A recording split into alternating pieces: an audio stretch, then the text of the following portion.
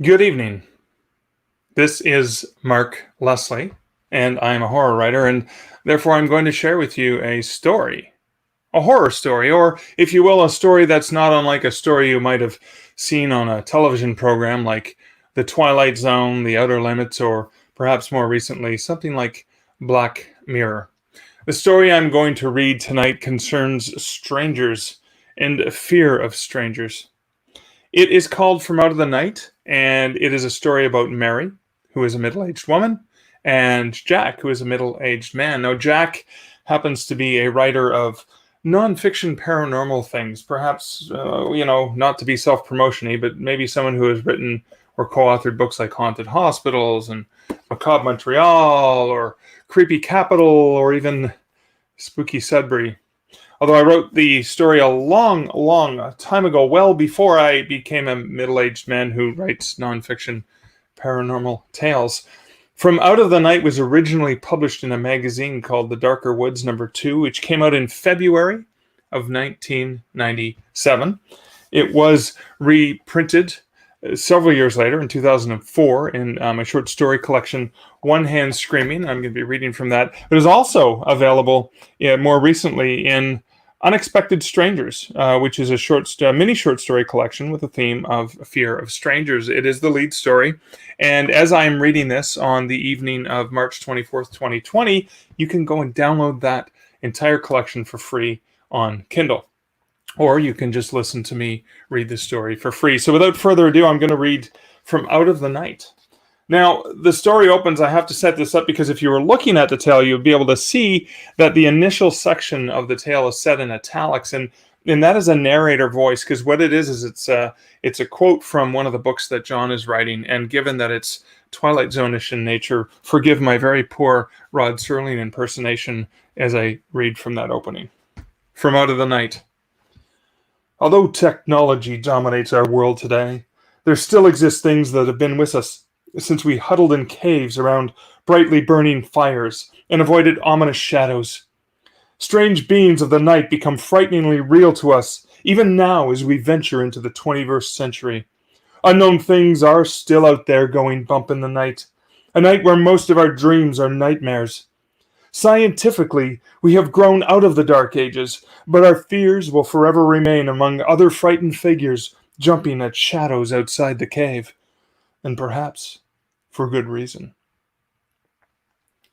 Mary's screech from the kitchen came to Jack over a simple, old-fashioned baby monitor. "Here they come!" Jack was in his basement den, putting the finishing touches on another promising nonfiction book about fear and the unknown. On the shelf before him sat several of his more popular published texts, one on Bigfoot, another on the Loch Ness Monster, several on UFOs, and then the books about a popular television series featuring a pair of FBI paranormal investigators back in the 90s. Upon hearing Mary's voice, he leaned away from the computer, ran his fingers along the base of the keyboard, and then turned the screen off. Regretfully nodding to his unfinished project, he got to his feet and headed up the stairs. Unseen by Mary as he reached the top of the stairs, he stood silently and observed his wife peering out the kitchen window. He studied her familiar features, thinking of how often he saw her, but didn't really look. Her worn face gave her the impression of someone much older than her 43 years. She stood over the kitchen counter, silent for a moment. Her expression told him her mind was racing furiously. When their teenage son entered the room, Mary's head swung to orient on him, her face displaying a queer blank. He gazed curiously at his mother. "John, the lights!" John clicked the kitchen lights off in haste. He then moved to the front door and locked it. Are they back again, Mom?" Mary gazed proudly at her son as he locked the door. "Smart move. And yes, they're back." She twisted to look out the window again. "There go a few of them now, to Mrs. Hancock's house. Oh, and there's another two coming up the other side of the street. Oh!" She ducked. "I don't think they saw me." "Why are there so many of them this time, Mom?" "Because they're growing in strength and in number. They feed on our fear and prey on the weak-minded. They coerce others into becoming just like them. And they won't be satisfied until everyone is a bloodthirsty, flesh-eating demon like they are. They won't stop until everyone has become." A burst of laughter filled the room, and Mary jumped, swinging her head in the direction of the living room. A smile of relief crossed her face, and Jack could tell, even before she spoke, that it had only been the canned laughter of a television sitcom audience. "Susie!" Mary shrieked. "Turn off that TV!" The television continued to play. Another wave of laughter from the studio audience flooded into the darkened room. Mary turned to face her son, a barely controlled panic in her eyes. "Listen, John, take your sister and go down to the basement. Tell your father to shut off his den lights, and you hide with him there. I don't want those cannibals to get anywhere near you two. Do you hear me?" As Jack watched them, a wave of nostalgia overcame him. It was so obvious her only concern was for her children. She was willing to sacrifice herself for them without a second thought.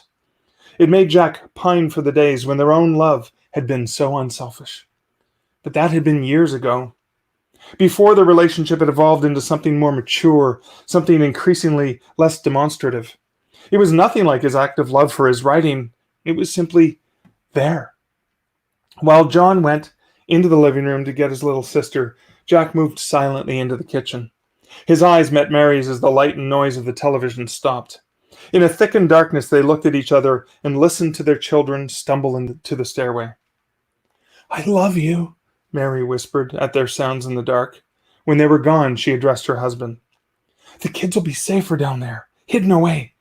They won't have access to them." "Why don't you go downstairs with the kids, hon?" Jack suggested. "Let me handle them tonight." "No, I'm not defenseless. I can protect my family just fine. Now get yourself back downstairs and look after my children. They're going to need someone with them." "Mary, please," he said, reaching out to touch her shoulder. "I can protect us." Flinching back from his touch, Mary glazed at him. No, you can't. If you'd wanted to protect us, you would have put the boards up like I suggested." "We don't need the boards, Mary." Jack thought back to the year before when she'd insisted that he nail boards on all the windows and doors. They'd stayed in the boarded-up house for 3 days.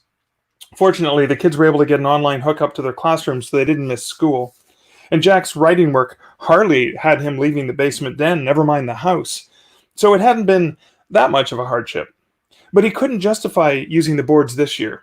The nuisance was just too much this time. His manuscript was already overdue, and his agent was calling 3 times a day, twice less than his editor. "Yes, we do need the boards. The boards were probably the only thing that saved us last time." She crossed her arms and paced the length of the kitchen, careful to stay out of touching distance. "What about Mr. and Mrs. Allen 2 doors down? They didn't board up their house last year. And look what happened to them. They're changing. They're becoming. They may not be consuming flesh yet, but you can tell they're starting to change. You can see it in their eyes. Becoming doesn't happen overnight, Jack. It has to grow and fester inside them over time. It's a horrible process of self-induced pain and suffering." "Mary, I honestly don't think it was because of the boards. We'll be perfectly safe without them." "You're right. The Allens were weak. Ted and Lisa just couldn't resist their supernatural charms and promises of immortality. But they wouldn't have had to resist them had they boarded themselves up inside." She peeked out the window once more. "Oh, damn! We forgot to turn off the outside porch light. Quick, get the switch, get the switch!" Jack reached for the light. "Too late," she cried. "Too damn late. A group of them have already spotted the light. They're drawn to it like moths, Jack, like sick, disgusting insects." She swallowed noisily and ran a hand down the side of her face. "Looks like I'm going to have to finally face them. Well, at least you and the kids will be safely hidden." Jack stepped forward, feeling guilty. He couldn't even remember the words of comfort he used to be able to find for her when she'd needed his strength. Despite the urgency of the situation, the desperation in her voice, his mind kept wandering back to his unfinished manuscript. No matter how hard he tried, he honestly wanted nothing more than to go downstairs and continue writing. Feeling like a poser, he tried again. "Mary, please, go downstairs and let me handle it." "No, you don't know all their tricks, Jack. They have to be invited in. They can only corrupt those who invite them in. There's no need for all of us to be exposed to their horrors. Besides, I'm the strongest minded. Maybe they won't be able to convert me into one of them. I should be strong enough to resist them." "You're right," Jack sighed. She was right, too. She was one stubborn lady. Impossible to sway once her mind was set. He knew that all too well. I know you can do it. I'll go downstairs and wait with the kids. Good luck, Mary. He headed for the basement stairs. Wait, Jack, before you go. Promise me something. He paused on the top step. It would kill me to corrupt my own family, but that's what they do. That's how they survive, isn't it? By making others like them? Promise me that if, after this meeting with them tonight, if I become, you'll take the children far away from me. Promise me you'll do everything you can to prevent the kids from becoming. Promise me that. Jack took a deep breath. I promise. A heavy knock sounded through the darkness. This is it. She leaned back against the counter and sighed. I'll wait a minute and make sure you're safely hidden. I love you. A tear came to Jack's eye. He brushed it away. I love you too, Mary. The words rolled off his tongue like a forgotten language. He quickly moved down the stairs. When Jack got to the den, he closed the door behind him and sat in the armchair near the computer. Susie ran over to him, jumped into his lap, and threw her arms around him. She was trembling. Over the baby monitor, he could hear Mary's footsteps upstairs as she moved to open the door. Turning the monitor off, he frowned in an attempt to suppress a chuckle. It's all right, Susie. It's okay. Mommy's going to be okay. She looked at him questioningly and found courage in her father's eyes and voice. Jack was slightly irritated at how Mary's behavior had frightened their daughter. John understood what was wrong with his mother, but Susie, being 4, was still too young to make sense of it. All she knew was that Mommy was scared to death of those Christians. The Christians with their non-scientific belief in life after death, resurrection of the dead, and their weekly consumption of another man's flesh and blood. Mary was a perfect wife and mother in all other respects, so what was so wrong in having one paranoid delusion? It was natural. In fact, Jack based his living on other people's paranoid delusions and fears. Paranoia and fear helped to feed his family. And besides, it was a simple, harmless paranoia. It's not like Mary would ever hurt anybody. Suddenly inspired, Jack put his daughter down and told the children to watch the television in the room across the hall so long as they kept the door closed and the volume low. He brought his hands down gently on the keyboard, and smiling, he wrote what he felt would be a satisfying conclusion to the introductory chapter. Irritation occurs in the believer's heart when science or the reason of daylight find rational ways of knocking their beliefs and fears. But given the fact that proving the non-existence of anything is virtually impossible, fears continue to haunt us. We are pursued from out of the night by dreams of the unknown and visions of the unexplainable, the unreal. Even if one day proof is handed to us that our fear-created beings do not actually exist, we will probably invent new ones. The doorway to the den opened, startling Jack out of his reverent typing. He looked up as Mary's throaty laugh filled his room. I did it, Jack, she said. I protected my family from them. They're never going to get us now. Mary stood in the doorway, clutching a blood-stained butcher knife, and smiled a bright, white-toothed grin at him from beneath a coat of deep crimson. He looked at her for a moment and realized the frightening truth. There were no monsters out there. Ghosts, vampires, witches, and boogeymen had all been vanquished. Monsters, creatures of the night, and ghouls had all been conquered, and there was no need to create new ones. The only monsters left were the ones inside our own hearts, the demon thoughts that allowed Mary to obsess over something she was afraid of until the insanity finally consumed her.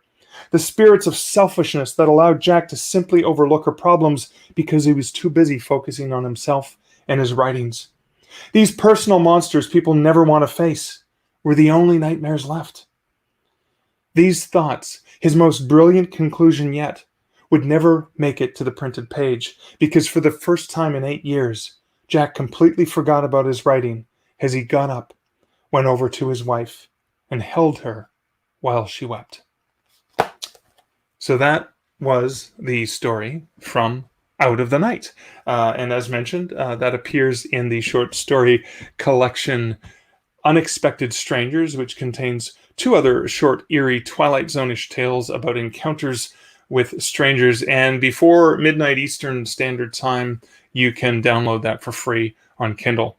It is available in that book, Unexpected Strangers, and also in the longer short story collection, One Hand Screaming. This has been Mark Leslie. I hope you enjoyed this creepy tale from Out of the Night. Thanks for joining me here, and I hope you have a wonderful, non-scary evening. Take care.